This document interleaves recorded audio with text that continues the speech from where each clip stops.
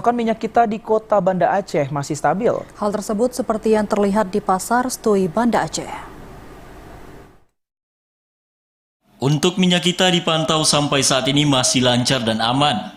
Sedangkan harga minyak kita masih sesuai harga eceran tertinggi yang ditetapkan oleh pemerintah, yaitu Rp14.000 per liter. Pedagang bahan pokok di Pasar Setui Kota Banda Aceh, Aldi mengatakan, stok minyak kita relatif aman karena pasokan dari distributor cukup lancar. Untuk minyak goreng merek minyak kita kemasan 1 liter dijual berkisar Rp14.000 hingga Rp15.000 per liter. Walaupun dibanderol Rp14.000 per liter, pihaknya tidak tahu kalau pembelian di distributor seharga Rp13.500 per liter. Kalau harga jual masih biasa, antara 14 dan 15. 13.500. 13.500 ya. Dari distributor, dari grosir. Jadi kami ngambil langsung ke distributornya, ke grosirnya.